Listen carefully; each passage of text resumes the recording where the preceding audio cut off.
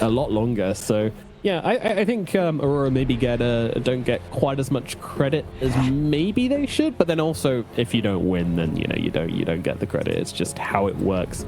It's a very harsh world, this Dota 2 business, but it is what it is. Let's see what Quantum can do here. I mean, we talked about their weaknesses yesterday.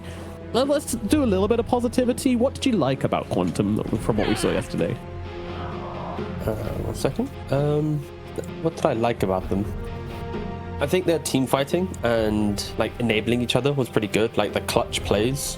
I know it's like such a weird niche thing to reference about a team, but like when you lose your lanes, you need your players to find like the clutch moments, right? So because of their weaknesses, they showed some of their strengths, right? And I think just having those moments always helps you. The issue is when you go up against tier 1 teams, a clutch play then requires a level of kind of maturity and discipline to then compound that into winning the game. You can't just make one clutch play to win it out like when you're against like a tier 2 team. So yeah, clutch plays really good. That's the big positive I saw from them. Absolutely. I do like to see it when a team is able to play well under pressure. And that is what Quantum delivered. I also think that iCrad generally had a pretty good series. He's a fairly consistent player, which makes sense. He's probably the most experienced player on the team, but he's definitely able to always have a game, even if his lane doesn't go that well. He'll come back, he'll put in a shift, and he was a big reason why they were able to win yesterday. So maybe he can pull that off again today in a much harder matchup versus Kiyotaka. Already starting with the Doom first pick. And they like to play the hero on Nightfall quite a lot. And not opposed to it. I think it's nice when you have a carry that after 3 to 4 minutes of really strong laning, you don't need to help him. And then suddenly like Panto is playing the map already, right? Because like we know how aggressive Kiyotaka is. He likes to play like Death Prophets against melee matchups. Like he likes to play like he wants to have that slight nuisance from the mid lane. So as soon as your 5 has the freedom to do anything he wants, because your carry is so kind of independent, it really starts kind of creating this kind of game plan of a team that is so good in the laning phase. And the Shaman response. That's casual Shaman. Yep, we've seen a little bit of this hero hanging around. I'm a big fan of the big snake facet. I'm not going to pretend it's a better one. I think it depends on how many ranged calls they have. But if they don't have many ranged calls, then the big snake can do work. It's just much better at tanking tower. It just takes hits and doesn't lose any damage, unlike the multiple snakes, which every 2 hits will be losing a portion of its damage.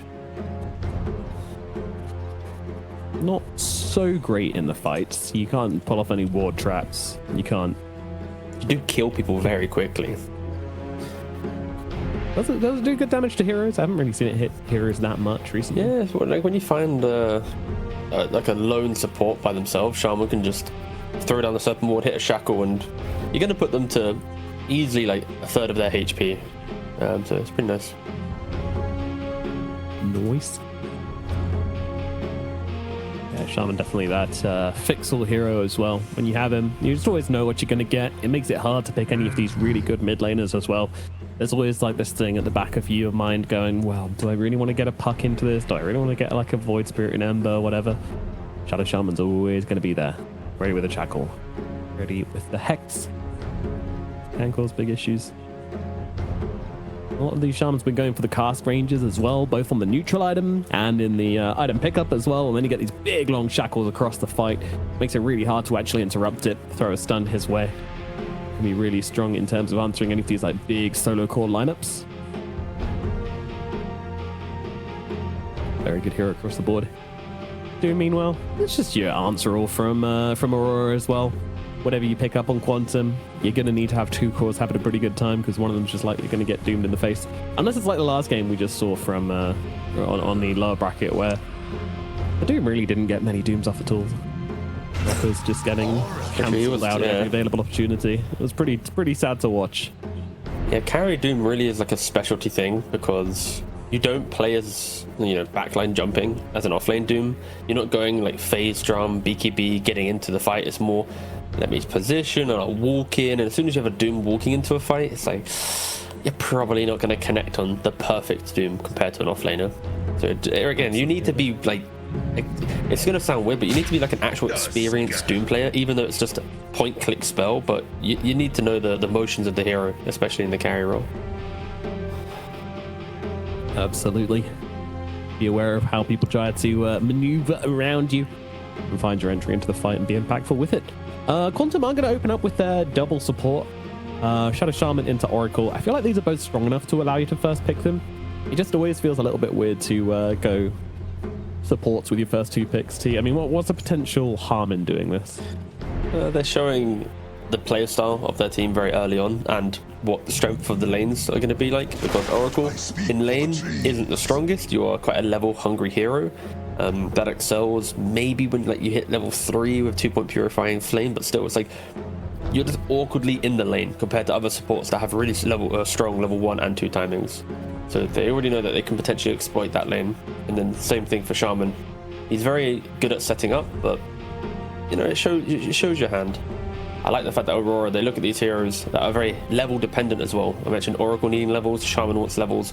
You put a Tusk and a Nature's Prophet into the game, you're going to be fighting, running around the map, looking for kills. If Oracle or Shaman ever step up, that's a Nature's Prophet TP in with a Tusk shard to contain them.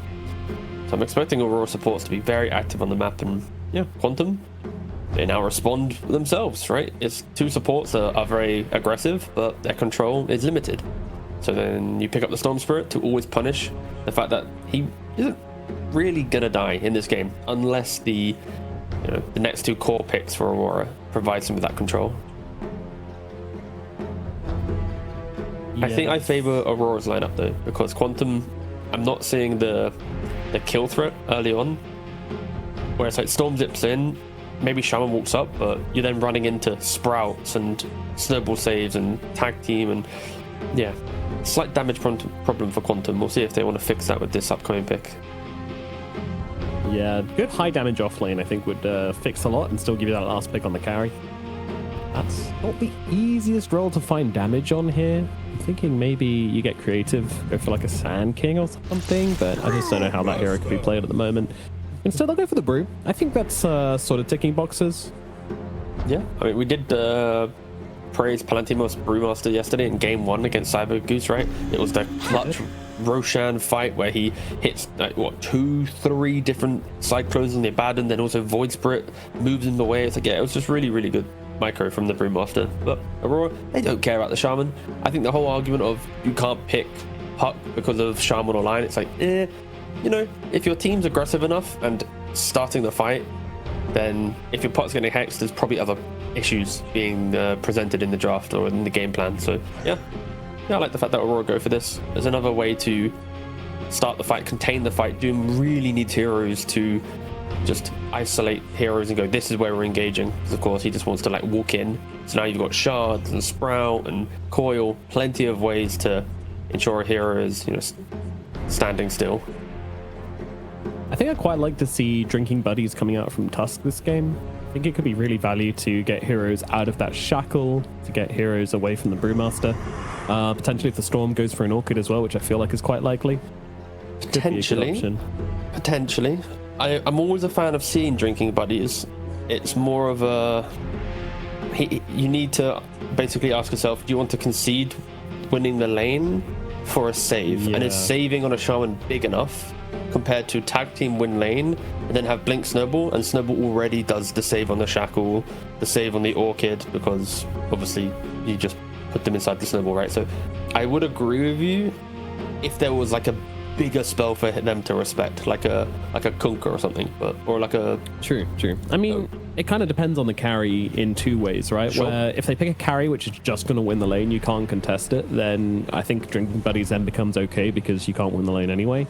And I think if they pick a carry which can be kited or wants to blow somebody up in the to start off a fight, then again your Drinking Buddies is looking okay. So there's options. I think they'll decide later on, and that's what I love about this fast on Tusk as well, by the way, is that yeah, tag team is better, but in niche situations you can pull out a Drinking Buddies and it can have good effect, and good Tusk players know that and will do that, which I think is like a good spot for a facet to be in. Doom most likely will be going carry, especially when you see Brewmaster in the offlane. It's like, just put your Doom in that lane, you chill, you kill him, Now you got to find for Aurora, who don't have ultimate last pick in the draft. What does Toronto Tokyo want to play? I mean, some of his specialties have been like the Dawnbreakers and whatnot. I say specialties. It was a pub last night, but still. Okay. We had a 29,000 gold lead and Arteezy got kicked into the fountain. Oh, there's the Dawnbreaker. All right, cool. My pub that we lost. There it is. Excellent. There we go. Pub data coming in handy. It was so sad, Nomad. Like we basically won the game, and then my Tusk, who had Ags, kicked someone. Rubik then stole the kick. We were hitting the Ancient, and then Arteezy got kicked into the fountain whilst 2 of their heroes were dead, and the fountain basically just killed 2 of our team.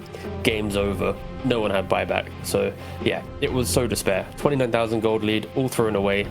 But that did enable me to call for the Dawnbreaker. So I guess it was worth. Oh, and gonna be the final pick. Yeah, Jaro. So you carry. So yeah, not one of those heroes which is going to go in and just try to blow somebody up to start a fight. Definitely a more spread damage carry, and just going to try and win out the team fights here. So Toronto Tokyo Dawnbreaker, yeah. You probably just go tag team with the Dawnbreaker. You got a nice combo there. Yes, you do go for tag team. Go very aggressive. You press it. You then start breakers. Life's pretty happy. Wah, wah, wah. A lot of damage. But overall, based on this draft, so Quantum, they're very much going for sort of big team fight spells. You've got the split, you've got Jared jumping in with a flag doing a lot of damage, and they're good save in the backlines. Like it's a very well put together draft from Quantum, I will say that. My only issue with it is the tempo isn't very good unless Storm Spirit has a really good game. He has gone for shot color again, which is interesting. Has he committed to it? Sure. He went for it in our series yesterday, so I think he will do. Ah, cool. I somehow missed that the entire series. Nice. That's Go okay. me. I know like 3 occasions where I was like, wait, did shot caller kill this person? No, it didn't. No, it's fine. I was like, kept trying to check it to bring it up, but it never really had any impact, unfortunately. It's just a little bit of extra damage inside of a fight. But yeah, what does Aurora Gaming's draft do very well? It overlaps really nicely, right? Because Doom very quickly with a couple items will walk into every engagement, and then once he walks into the fight, you've got Dawnbreaker protecting him with Solar Guardian, you've got Tusk jumping the back line. It's just very chaotic, very skirmish heavy once you have some items. I think the main problem for them is the control that they have does somewhat fall off as the game progresses. You have a coil that gets deleted by BKBs, you have a Doom that you can just disengage from, and then it's Tusk Punch and a Sprout. So the team fight aspect does struggle for them, but if they have good lanes and they dictate the entire game and have like item advantage, they will just keep finding the correct fights and punish them. So I think if you are a Quantum, hoping that the Storm, the Brewmaster, and Gyrocopter can find like an even amount of farm, scale into the game, and then hold their ground. So yeah, Quantum's draft, honestly, it's playable. It's not as if I'm looking at this going, oh, it's a 90-10 to Aurora, they're favorites. It feels like it's like 60-40 to Aurora based on draft, but yeah, we'll see if they can execute. We will indeed as we get into game number 1. And one thing I feel like is potentially an issue for Quantum, they could get baited into trying to skirmish a bit. And I feel like post kind of like 12 minutes into this game almost, I'm not sure you're actually allowed to go and fight without anybody except like 4 or 5 heroes on this team. Simply because you're playing into the Prophet and the Dawnbreaker, like the global potential is sort of insane. And yeah, Storm did switch at the last second back to Static Slide, just teasing us a little bit, but at least we get the massive Serpent Ward. Yeah. Nothing else particularly out of the ordinary here when it comes to those facets. Another thing to mention with Quantum is their Tricore in a kind of slow game all require items to continue playing the game, right? It's not as if you get a level and off you go. Like Storm, you want like a Witchblade or a Kaya and then another item. A Brewmaster, you sometimes want to farm an entire Radiance. The Gyrocopter, you want to farm like an entire Aghanim's, right? It's like there's no cheap item that a core buys that goes, right guys, this is my moment, let's break the early game. So I think that's where. Do you think? Oh, very vulnerable. Run, Lucas, run! Oh, that was so greedy. Have shots. Yeah, I think he might be dead here. And deservedly so. His smoke popped and he was like, maybe I'll stick around and maybe get the win. But yeah, he is going to die. Right click comes in from Panto. That'll be a first blood going to Aurora. Are there any possibilities of like build switch ups from Quantum to allow them to take the fight to Aurora a little earlier, or at least allow them not to get run over? Can you see maybe like drums or early crits or something like that? For Gyrocopter, for sure, you can go like Treads Falcon Blade and then start entertaining, like you said, like a cheaper item. But then you really hurt your scaling. So if like the Gyrocopter's doing this, you need another core to also kind of match that energy. So then you bring a lot to the fight. I think it's more dependent on like how well the lanes go, and then someone can go, okay, our lanes are going well, Storm already has Witchblade, I'll quickly buy this item and let's go fight. So yeah, there are Brew and Gyro can sacrifice their game a little bit, but really only begins when someone else has a good time. Someone needs to have a good time. Let's see who can manage it. As mentioned yesterday, their lanes were not their strongest point, so we'll see how this one ends up going down. Was already feeding away a kill and going to feel too good. Panto, definitely a hero that can make usage of a first blood. Not the ideal hero to get it on, but Prophet's definitely a good support hero to pull that out. A lot of suffering going to be happening in this lane.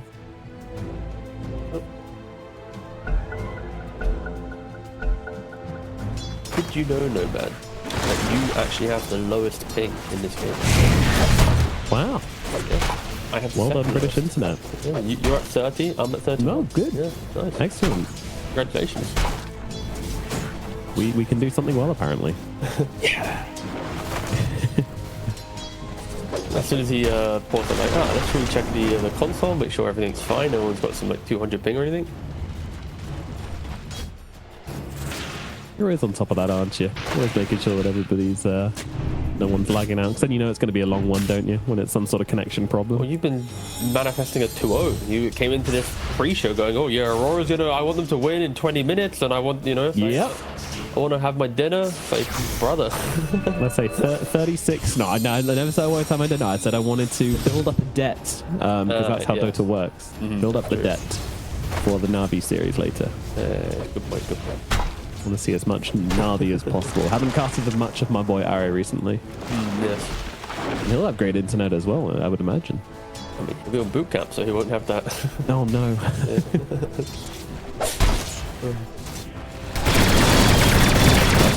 Kind of low down here, but Mary, he's going to be the first one to fall as the tag team comes through, doing enough damage. Lucas trying to finish the kill, but cannot get over to Mira, and they will be left wanting. A good harassment coming out from Lucas. He is the only hero with any health left in this lane right now, but actually Mira's salving up, so he'll be all right. Looks like it will just be straight up death. And oh, nice shards to block off and get that Lotus for Mira as well. Playing very, very well in this lane at the moment.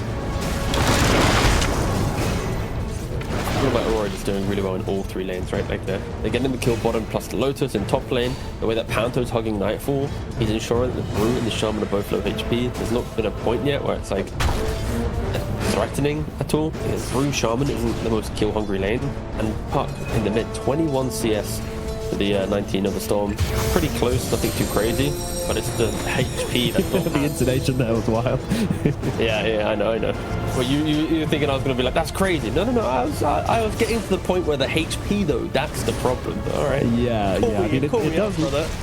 every time I've watched mid, I was expecting the same thing, because every time I've watched mid, I've been seeing like Iconrad on like low health being dived under tower, Kiyotaka just constantly going for kills and stuff, but somehow he's keeping up on the CS. So kind of impressive. Kiyotaka gets the rune. That could be bad for Iconrad, but Kiyotaka doesn't want to stick around. He'll just be able to secure both runes here. Well, actually the sports come in. Mira's able to grab it. That's pretty, just leave. That's rough for Storm. Yeah, that's really bad. That should start to see a much bigger difference happening in this mid lane. Mid-diff.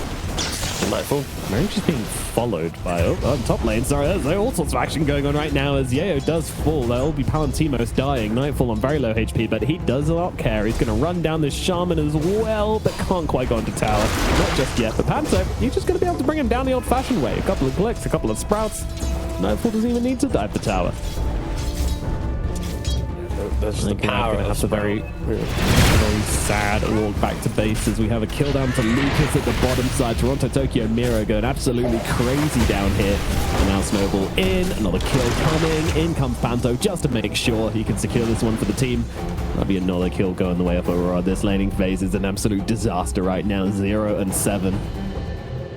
And the problems that I mentioned, right? The fact that these cores, they're item dependent. If they're playing on the back foot, they all their recovery plans are to farm. There is not a, Gyrocopter, sure, you might be able to twin gate and throw down a cooldown, but after that, straight back to the jungle. Brood could split, but if no one's having a good game, if your support's underleveled, what kill are you going to get with it? So yeah, Quantum, they need to be really, really careful that they don't just continue bleeding more kills in the first 10 minutes of the game.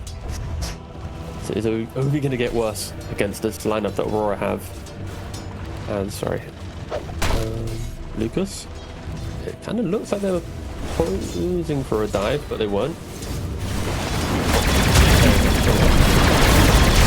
Yeah, they want him. They want him bad, and no TPs available at all on the side of Quantum except for the Oracle. And yeah, that ain't gonna work. Going for the Kiyotaka in the middle lane, but Kiyotaka is happily going to waste the coil here to keep himself alive as they race over towards the rune, but Icrad's going to be able to grab this one.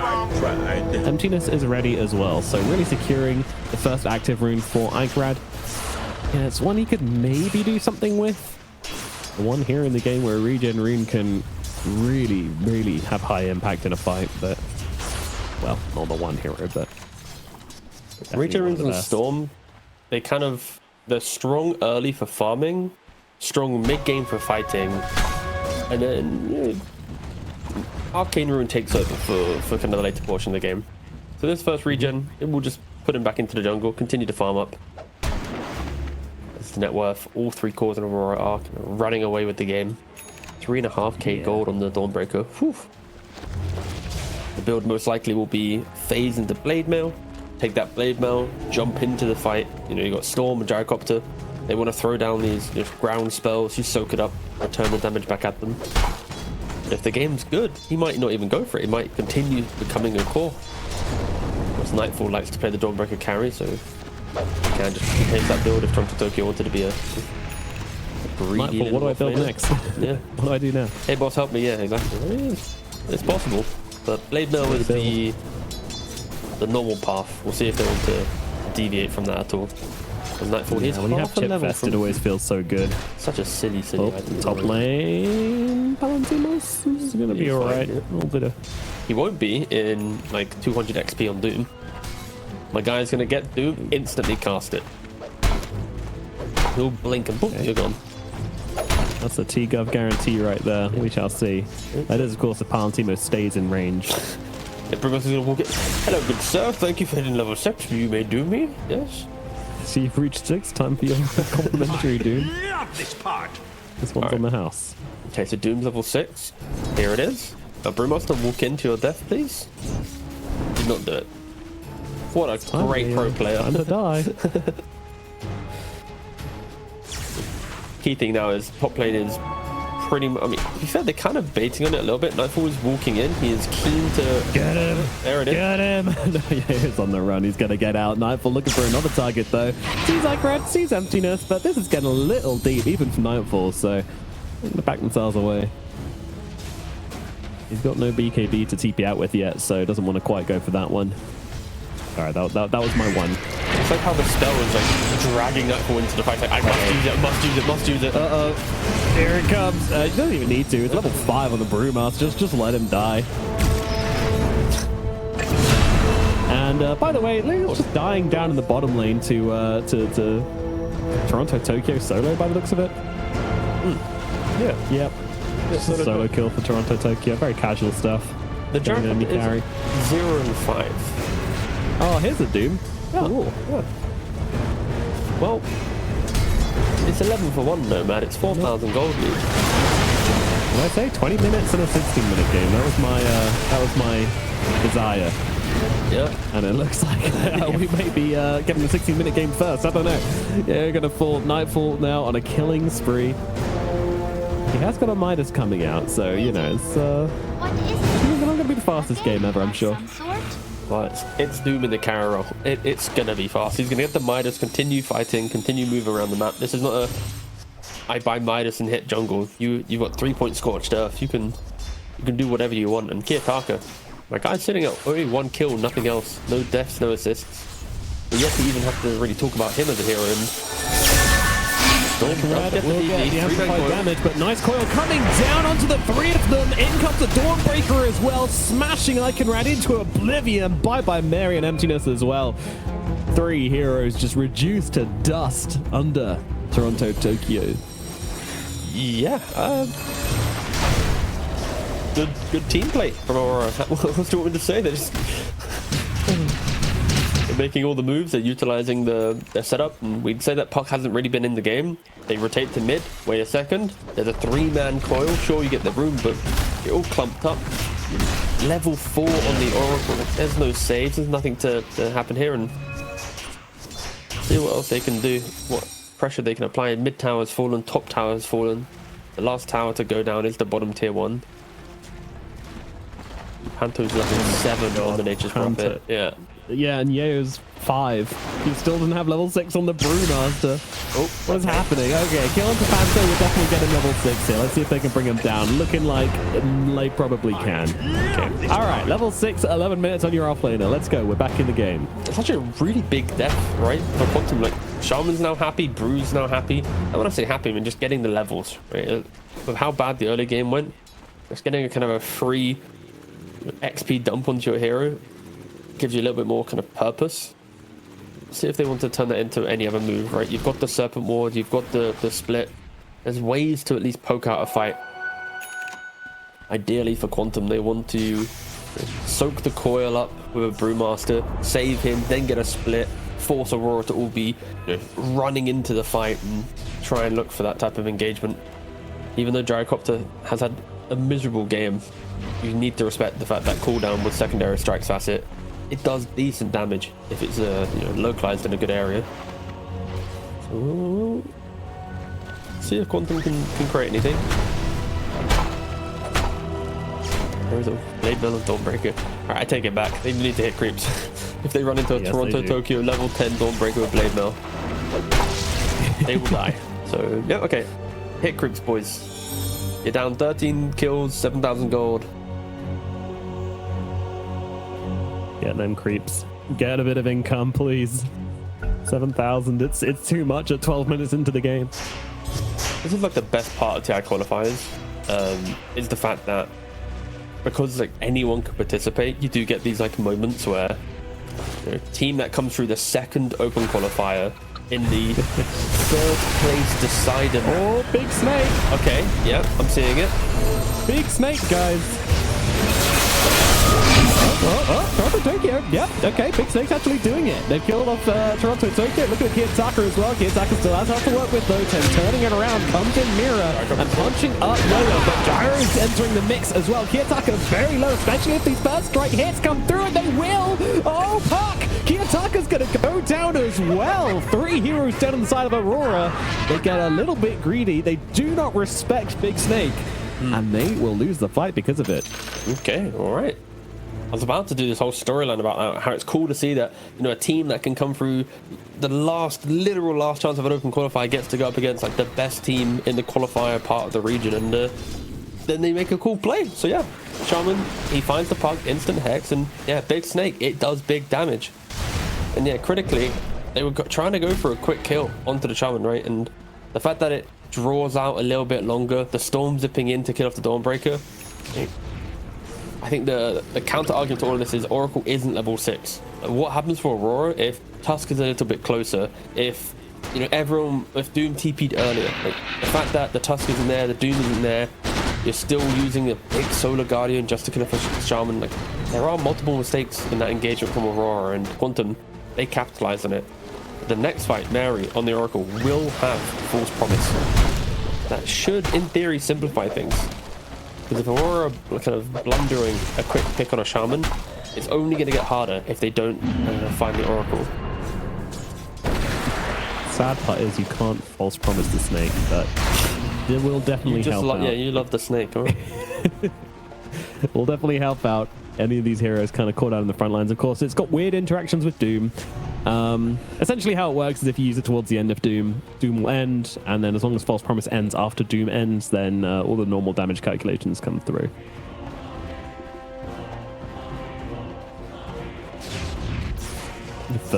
If the False Promise ends before Doom ends, then you can only take damage, you cannot be healed.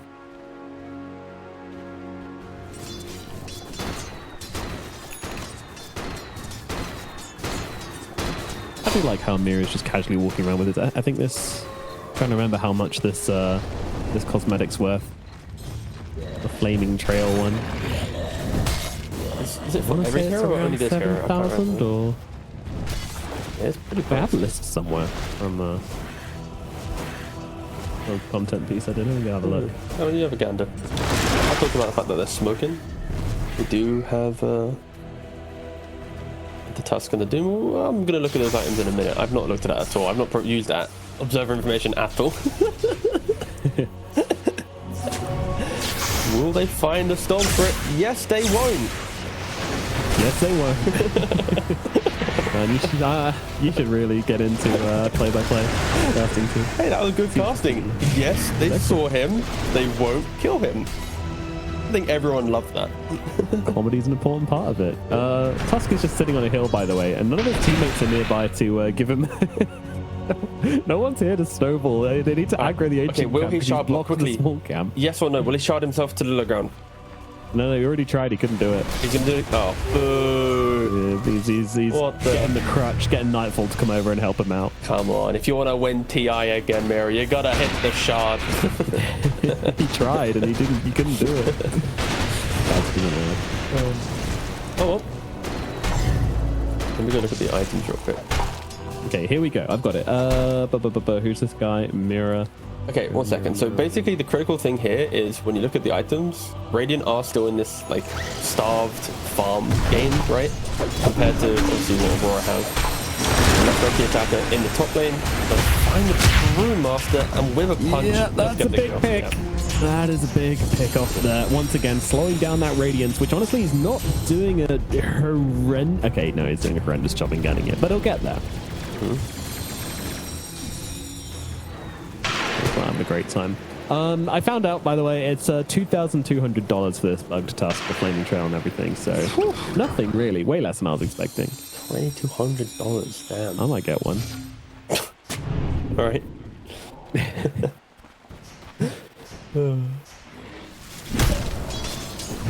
I'm a big cosmetic seller. I'm not a collector at all. I like my Steam money. I get something expensive, boop, straight on the marketplace. Thank you very much. Trying to get on the Storm Spirit. Oh, hold on. Okay, we don't need to hold on. What's your most expensive cosmetic, do you reckon? I just have cheap ones. I like making heroes look funny with cheap cosmetics. Oh yeah, you do. You were like asking me for a book for AA the other day. Just like, I've got something really important to ask you. Like, that's right. Yeah, I bought it off of Yuma, the heroic carry player in the end. It's fine. Easy.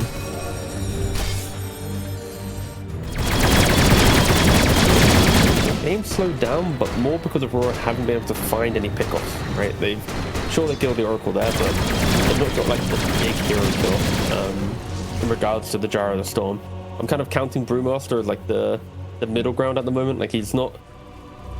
Like, once he has like Radiance +1, he's like a big enough kill, but I think the fact that the Storm and the Gyrocopter have been able to quietly do their job for the last 5 to 6 minutes of the game due to the sacrifices of Brewmaster or Oracle is giving some signs of life to Quantum. I don't want to get carried away and say like there's a comeback in play, but if they can continue this farm for like another 6 minutes, let's say, they are going to look relatively competitive in the game. Of course, let's compound around BKB on the Gyrocopter, BKB on the Storm Spirit, and being able to stand your ground against the inevitable Coil and Solar Guardian. This is a BKB fine crowd here, isn't it? Because yes, got the Mythril Hammer, so he's not looking to finish off this higher Sanj. He's just looking to go straight into the BKB. Definitely makes sense in this kind of game. Of course. If you get doomed, doesn't really matter, but hopefully he can find a way to not get doomed. And as mentioned before, from the last series we watched, this carry Doom, he's not the best at getting on his man. It's more about kind of getting in, dooming one of those frontliners, and just getting some clicks off through the fight. Being a big scary demon. Well, it seems happy to just kind of farm away at the moment. I'm not entirely sure what they're waiting for. Perhaps it's for the Tormentor, which should be coming up in about 45 seconds, so... Yeah, not only that, they have completed a pipe on the Dawnbreaker. So a couple of the... Gonna find the Shaman and the Storm Spirit. With the big snake. Yeah, of course, the Dawnbreaker is gonna... Snowball from Mira actually catches some Icarad. That is a big pick off here. I thought it was just going to be the Shaman, but Mira very well positioned. Right, who's going to get the last hit on the snake? Anyone calling for it? Or is it a free-for-all? Ah, give it to the Tusk. Yeah, wants it for the blink. Wants for the blink, yep. Okay, Aurora. Finally kill off the Storm Spirit, who's been kind of a nuisance on the side of the map, farming up. Like, they see him there, but they've not been able to kill him. Mira, nice snowball. Panto's looking for the Orchid on the Nature's Prophet. Into Storm Spirit, into Brewmaster, even the Oracle. If you get a good TP in as the fight's developing, silencing any of these heroes that heavily rely on their spell to have good contribution to the fight, I don't mind it at all.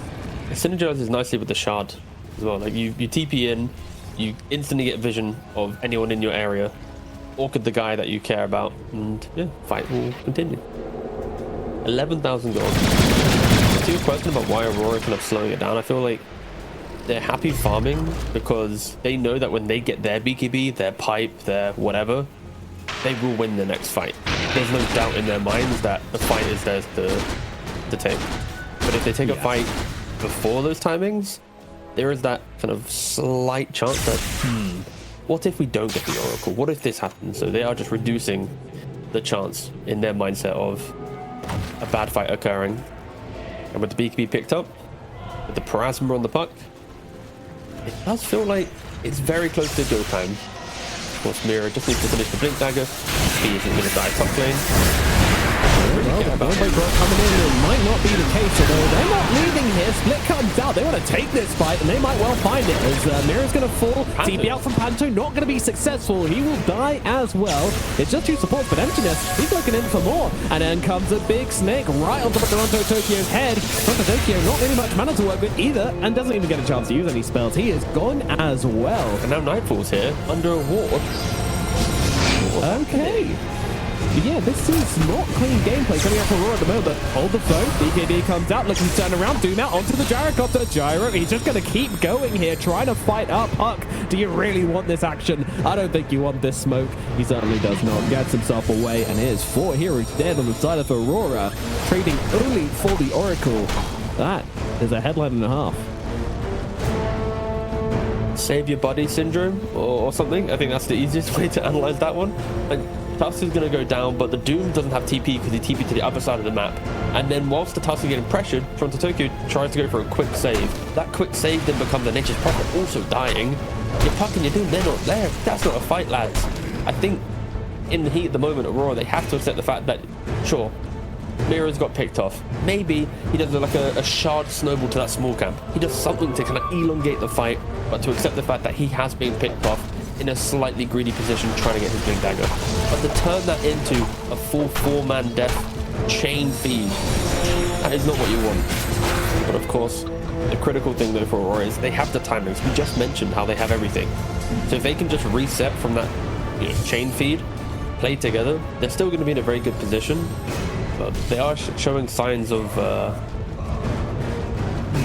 instability. Yeah, that's a nice way of putting it. Straight into Roger with the tag team. Yeah, kill off the Shaman. He's been the most critical part of Quantum's game plan at the moment. Get him off. Get in the pit. They can't fight you. Yeah. I think No Doom still, but Quantum, not interested. This game is kind of showing us some signs though to why Aurora is a very good team at getting top 8 in tournaments, but never making it to like the finals, right? Because they dominate the game. We're seeing a couple mistakes where other teams have punished and turned that around into like a really big moment of, oh my god, Aurora, they've turned their 10k lead and they've lost it 5k or something, right? but at least in this game, it's showing me the signs of why they are a fringe top 8 team or fringe top 16 or whatever, but yet to achieve it. You need to clean up a little bit of their gameplay for sure, especially if and when they qualify to TI, as they hunt in the ages. Absolutely. A little bit sloppy here, guys. Whether that's a case of just lack of discipline or perhaps not fully respecting the team they're against, who knows? But either way, they are still ahead. This are the Aegis. Things are okay, and Lucas is making a pretty big mistake here in the middle lane, but let's see if they can recover from this. The false promise does come down, and they're just trying to throw the heels down from Mary. I'm not sure it's going to be enough, though, and it is not. Lucas explodes on the back lines. Snake comes down, but I don't know how much it's going to do. Emptiness trying to hold his ground here, trying to kill off Panto, and Panto will die to it, to be fair. It clicks like hell, but it is a 3-for-1 trade at the moment, and not a very convincing one at that. And Karaj, he's trying to play around here with Kiyotaka, and he's doing a pretty good job at laying some damage into this little pucky guy. But Link away, Kiyotaka will be fine. That's the fight we expected from Aurora, right? Sure, this time around it's Quantum and then Jarikov getting picked off by themselves, but that's what you want to see from Aurora, right? It's that pick-off. Any moment you see a Quantum hero by themselves, Kiyotaka? Throw him into the heroes, and yeah, Kiyotaka, he's just cheeky. You know, this is exactly what you see from him. Yeah. Every single time he plays the hero, he's always trying to, be a thorn in your side, but yeah. Middle lane tower will fall, but tier 2 is gone. Nightfall will take it. That's full at the 25-minute mark. And again, Valentimo's just trying to find a place to farm. Trying to hit some creeps. Wants to get this pipe online to help his team get a little tankier in these engagements. I know the answer to why the game is somewhat shaky looking from Aurora. This is the on holiday? Maybe. But based on Dota buff, at least, it is Toronto Tokyo's third only competitive Dawnbreaker game. He played 3 months ago. They won against Typebound. 12 days ago, they beat Liquid on an online tournament, right? So it's not as if he's played this a lot. So maybe there's still some growing pains in the playstyle, but once they find it, it is very, very strong. Another day, another doom on to Lucas up here in the top side. Once again, Mary will be there and start throwing down the heels, but he just can't do enough to keep the gyrocopter alive. There is going to be far too much damage coming out here, and the gyro will fall. Mary also is going to die. Nightfall grabbing the double. He just needs to leave Icarad. He recognizes that, and he gets out of there. Emptiness also trying to slip away in the sidelines into the night. That's a good scene, though, by Kiyotaka. Nice blink reactions. TP in the trees. Kiyotaka will not be coiling in today. Nice escape from Emptiness. Icarad also getting out with that one. He's looking away to safety, but again, Lucas caught out by the Doom. The lanes from Aurora, they're getting shoved so quickly that when Quantum puts a core onto a lane to then counter shove, they're going to get jumped, right? It's like bot's getting pushed in, mid's getting pushed in, Gyrocopter goes top for a millisecond, and hey, there's a Tusk and a Buff and a Prophet, and everyone there to get the kill, right? They're just dead in the high ground. They're dead, yeah. They're gone. Mira currently holding on to an Ogre X. Wondering if it's going to be a BKB or an Aghanim Scepter. Not too sure yet. I often prefer BKB. Sure, in this game with the puck and then the coil, you can snap the coil. So because of that, maybe it has high value. I feel like just getting the Blink BKB on a position 4 Tusk, it simplifies your initiation so much. You're just, when you blink in, you know, I'm always going to get the punch off. I'm always going to commit. There's not going to be like a root or a stun that just gets me away from my target. And at the moment, his quick fight is looking towards the BKB. Yeah. They're playing against Oracle as well, though, so there's a bit of extra value there. But yeah, it looks like he's going for a BKB. It easily can change, right? If in the next fight they've struggled to kill a hero because of Oracle, maybe Mira goes, you know what, guys? I can just buy the axe, we'll kick him away. Oracle will never get the spells off because they're too far apart. It could be a discussion based on the outcome of the next fight. And Panto didn't actually go for the Orchid in the end. Due to the pick-off potential, he wanted the Glimmer Cape.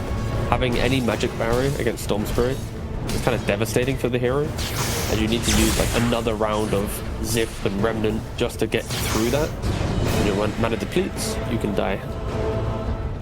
Yeah, 19,000 gold for Aurora, 28 minutes in. And some shaky moments.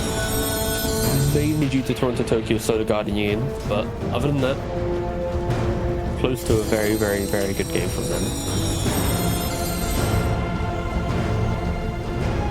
So far, so okay. It's like a 8 out of 10. Yeah, they've handled it absolutely. 8.2 out of 10. Shaman gonna get dropped in the backline. The Doom comes out onto the Storm Spirit. A very good Doom target indeed. Once again, Oracle throws down the ulti. Can Najara can do anything with this? No, he cannot. He can run away. That's what he's gonna do.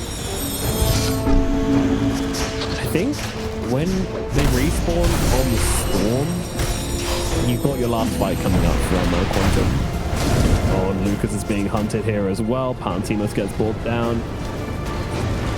Lucas. Yeah, he's in a little bit of trouble here. BKB is available, so there's just too much damage coming down now, though. He's going to die. And the punch to prevent the TP, so yeah, very, very difficult there for Quantum. And now, yeah, you can't. This whole idea of respawning, going whilst Doom's on cooldown is sort of out the window because the Jara's dead for now 50 seconds. Hey, there's a 15-second window no matter, right? There is a... All right, we take those. We take that. That window is open wide. I'm jumping out. No, they have no window to play on. The Storm dies, and the Brew dies, and Jargot also dies, and everything's getting delayed. And that's exactly what happens when you're winning with Doom on your team.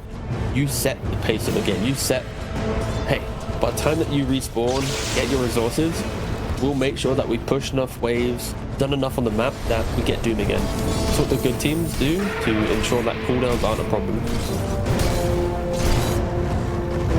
It just feels like we've not seen Quantum make a single move as a team yet. But that's also a product of how do they kill a hero, right? You've got Pipe Radiance on your offlaner. Your carry's got BKB, SMY Aghanims. There's no damage item for the Gyrocopter yet. There's no Daedalus or Rapier or Satanic or anything to like ensure he's like, this is my moment.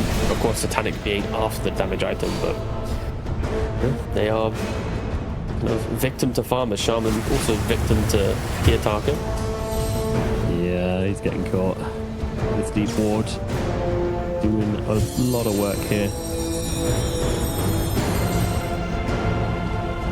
The thing is, they want to make one last go, but Aurora don't really want to like just fight. They kind of just want to chill, get an Aegis, and then go for it.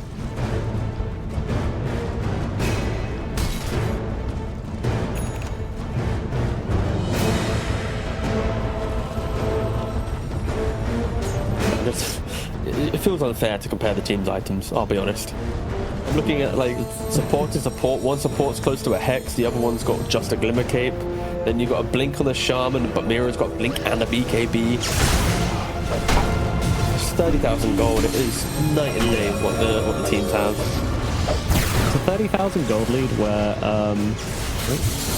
it's also a 42% gold lead, which we don't really talk about too much in cast, but I think that's a kind of bigger title. Is they are going to try and go on to Panther here in the backline, but they're coming in. They are just eating these pandas right now. They're about to go to Instinct, and they're just destroying them. Yeah, it's forced to go back into his regular form, which is going to make him way weaker in the fight. Emptiness dead on the backline. Kiyotaka is doing what he wants. Do add him to the Gyrocopter as well, so he can't play the game. Everybody's just dropping. They can't even kill Panto. Absolute destruction in the bottom side of the map. Iconrad doing what he can, but what he can do is absolutely nothing. Game probably done. But no, the Quantum creeps, they're hitting the Ancient. I don't know why they... Not that second. We're back to Series 1. GG is called. And game number 1, thoroughly going to Aurora. A 35k gold advantage by the end of the game. Absolutely crazy. Yeah.